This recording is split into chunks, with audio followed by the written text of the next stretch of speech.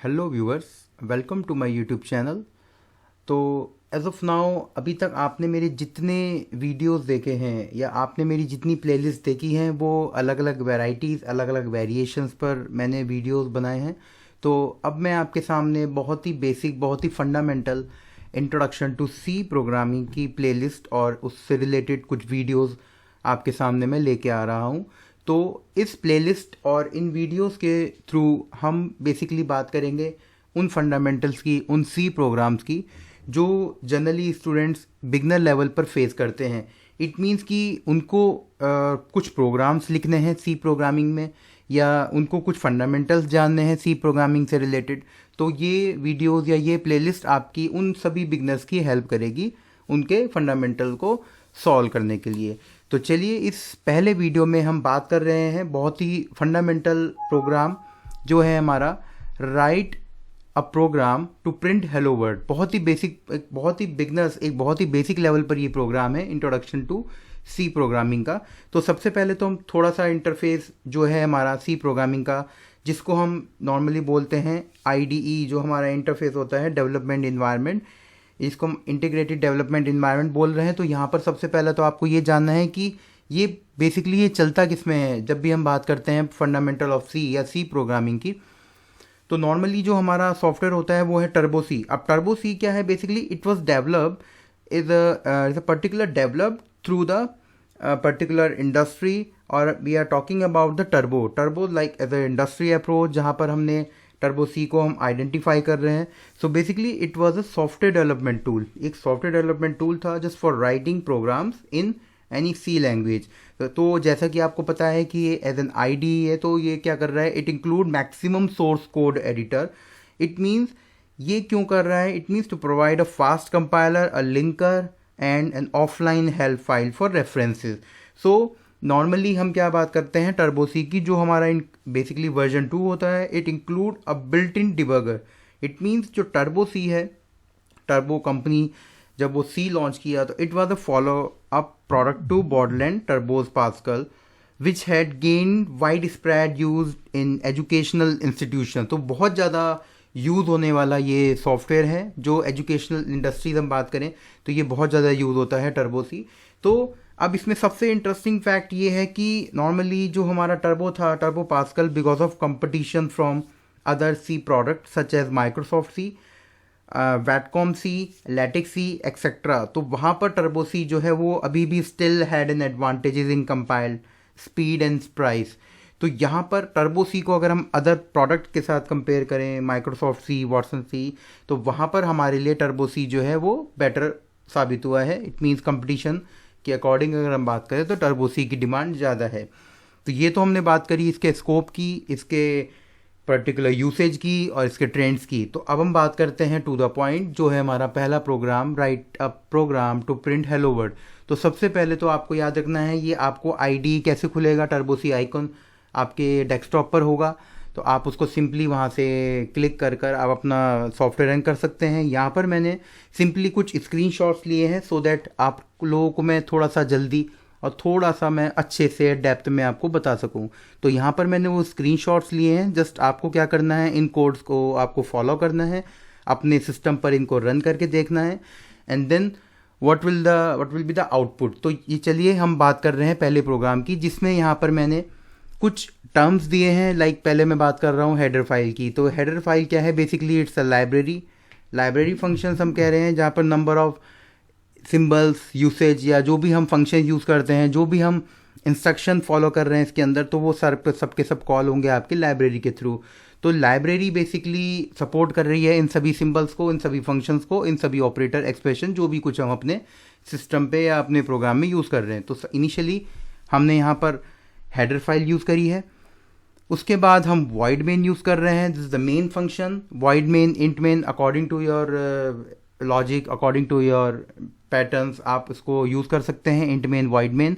And then इसके बाद आता है ये कर्ली ब्रेसेस। कर्ली ब्रेसेस का याद रखिएगा, it is your execution part, जहाँ से सिस्टम आपका एग्जीक्यूट करना स्टार्ट करता है आपके प्रोग्राम को। तो बेसिकली ये हम बोलते हैं it is a structure of our C program. हमारे सी प्रोग्राम का जो मेन स्ट्रक्चर है वो यही वाला पार्ट है, जहाँ पे हमारे अंदर जितने ऑपरेशंस या जितने एक्सप्रेशंस या जितने भी लॉजिक हम लगाते हैं इन्हीं कर्ली ब्रेसेस इसी पर्टिकुलर सेक्शन के अंदर लगाते हैं, तो इसको हम बोल देते हैं sometimes we can say that is called the sub section of C programme.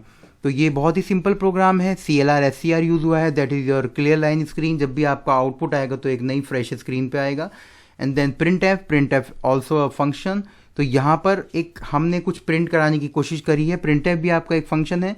इसके बाद हम क्या करते हैं, यहाँ पर हम लिख रहे हैं वेलकम /T और /N the new world. It means हमने क्या किया है, यहाँ पर उस पर्टिकुलर टेक्स्ट को प्रिंट कराने की कोशिश करी है। Simply we are just to print a hello world हमें प्रिंट कराना है। सेमी कॉलन याद रखिएगा, हमने हर लाइन पर जहाँ पे आपका कर्ली ब्रेसेस स्टार्ट हुआ है, जिसको मैं एग्जीक्यूशन पार्ट बोल रहा हूँ, तो यहाँ पर उसके जस्ट हर लाइन के बाद सेमी कॉलन लगा है। इसका मतलब जब कंपाइलर आपका प्रोग्राम चेक करेगा तो उसको पता रहेगा कि हमारा प्रोग्राम अभी ख़त्म नहीं हुआ है और वो नेक्स्ट लाइन पर जाना है। तो ये क्या करेगा, नेक्स्ट टू नेक्स्ट लाइन पर इस तरीके से जंप करता रहेगा। कब तक करेगा, जब तक उसको एग्जीक्यूशन, जब तक उसको एंड पार्ट नहीं मिल जाता। तो गेट CH, जैसे ही गेट CH आया it means your get character यानी कि जो हमारी रिजल्ट को रोक के रखेगा, प्रिवेंट मतलब उसको होल्ड करके रखेगा, तो तभी हम so that we can see the results. तो ये हमारा एक 4 लाइन का प्रोग्राम है। तो जब मैं इसको आगे चेक करता हूँ तो यहाँ पर मैंने क्या किया है, सबसे पहले मैंने आपको प्रोसेस बताने की कोशिश करी है कि कंपाइल करिए पहले प्रोग्राम। जब भी आप अपना कोड यहाँ पर लिख लेते हैं तो कोड लिखने के बाद सबसे पहले आप क्या करें, उसको कंपाइल करें Alt F9 के थ्रू। उसके बाद जब आप कंपाइल करेंगे तो कुछ इस तरीके के मैसेजेस आएंगे आपके पास, like warning line compiled 463 line compiled हुई है, वार्निंग कुछ नहीं है एंड एरर कुछ नहीं है। तो उस केसेस में आप कंपाइल करेंगे and then you can go for the run option. तो ये run option Ctrl F9 shortcut है। यहाँ पर फिर आपको पहले कंपाइल किया, फिर रन पर जाके आप अपने प्रोग्राम को रन करेंगे। तो जब रन होगा तो रन होने के बाद वो कुछ इस तरीके का दिखेगा, जैसे कि आप यहाँ पर देख रहे हैं। ये नॉर्मली हमारा वेलकम और द न्यू वर्ल्ड, आप देखेंगे मेरा कोड क्या था, वेलकम और न्यू वर्ल्ड, यानी कि मैंने वेलकम, उसके बाद मैंने यहाँ पर /T एंड देन /N लगाया था, that is your new space, जो हमारे यहाँ पे स्पेसिंग का काम करता है। और न्यू लाइन या न्यू कैरेक्टर्स, न्यू लाइन्स के लिए अकॉर्डिंगली हम उसको यहाँ पर यूज़ करते हैं। तो ये नॉर्मल एक सिंपल हमारा प्रोग्राम है। अब इसके बाद हमारा आता है write a program to calculate the area of rectangle.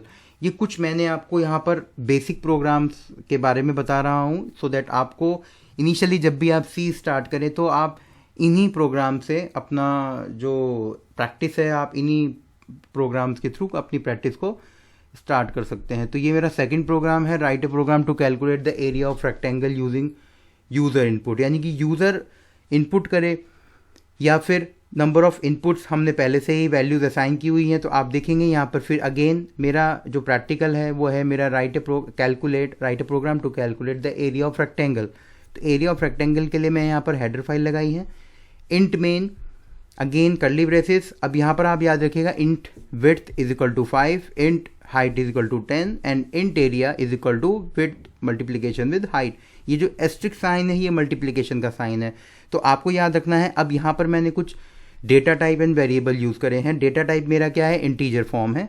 Width क्या है मेरी, यहाँ पर विड्थ मेरी एक तरह से ये मेरा वेरिएबल है, तो मैंने वेरिएबल में वैल्यूज़ पहले ही असाइन कर रखी हैं। Width is equal to 5, height is equal to 10। तो ये जब मेरा लॉजिक क्या है यहाँ पर, int area is equal to width multiplication with height. तो जो एरिया सेट होगा मेरा वो इंटीजर के अंदर जाएगा। तो जब मेरा इंटीजर के अंदर जाएगा तो मेरा वैल्यू क्या होना चाहिए, 50, क्योंकि हम मल्टीप्लाई कर रहे हैं।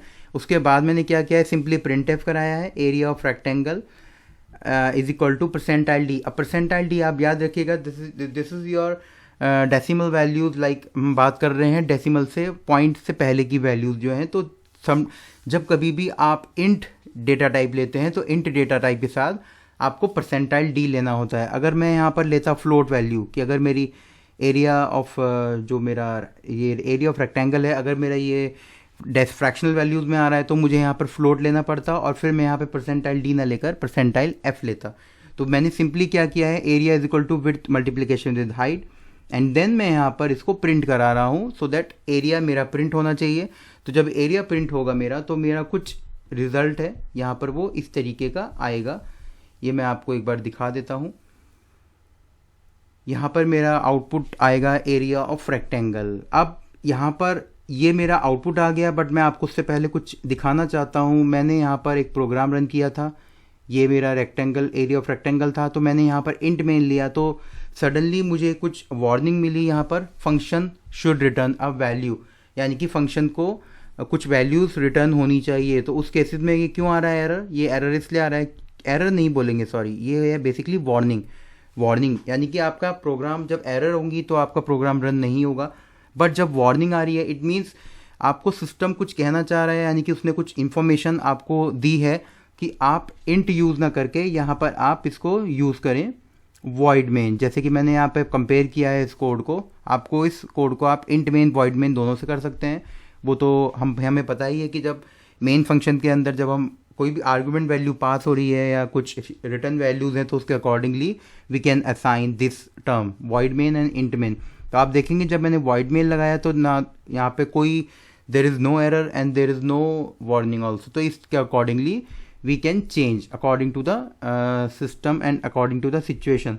तो ये इस तरीके से यहाँ पर मैंने दो प्रोग्राम को बताया है। अब इसके बाद जब मैं आपसे बात करता हूँ एडिशन ऑफ टू नंबर, तो ये भी एक बेसिक प्रोग्राम है, बट मैं चाहूँगा कि पहले आप इन दो कोड के साथ अपना टर्बो सी, जो भी आप सॉफ्टवेयर आप यूज़ कर रहे हैं, कोई जो भी वर्जन यूज़ कर रहे हैं, तो आप एक बार सी प्रोग्राम पे प्रैक्टिस करें। तो नेक्स्ट वीडियो में मैं आपके सामने लेके आऊँगा यही वाला जो प्रोग्राम है, इसी को हम कंटिन्यू करेंगे with addition of two number. तो अगर आपको वीडियो अगर पसंद आया तो आप इसको एक बार लाइक करें, और आप मुझे कमेंट सेक्शन में ये ज़रूर बताएं कि आपको इनिशियली हेलो वर्ड आपने प्रिंट कराया या नहीं कराया, या फिर आप रेक्टेंगल वाला कर रहे हैं, सर्किल, रेडियस ऑफ सर्किल कर रहे हैं, तो कौन सा प्रैक्टिकल या कौन से प्रैक्टिकल्स के आपको रिक्वायरमेंट है। तो आप एक बार मुझे कमेंट सेक्शन में ज़रूर बताएं। So thanks for watching my video.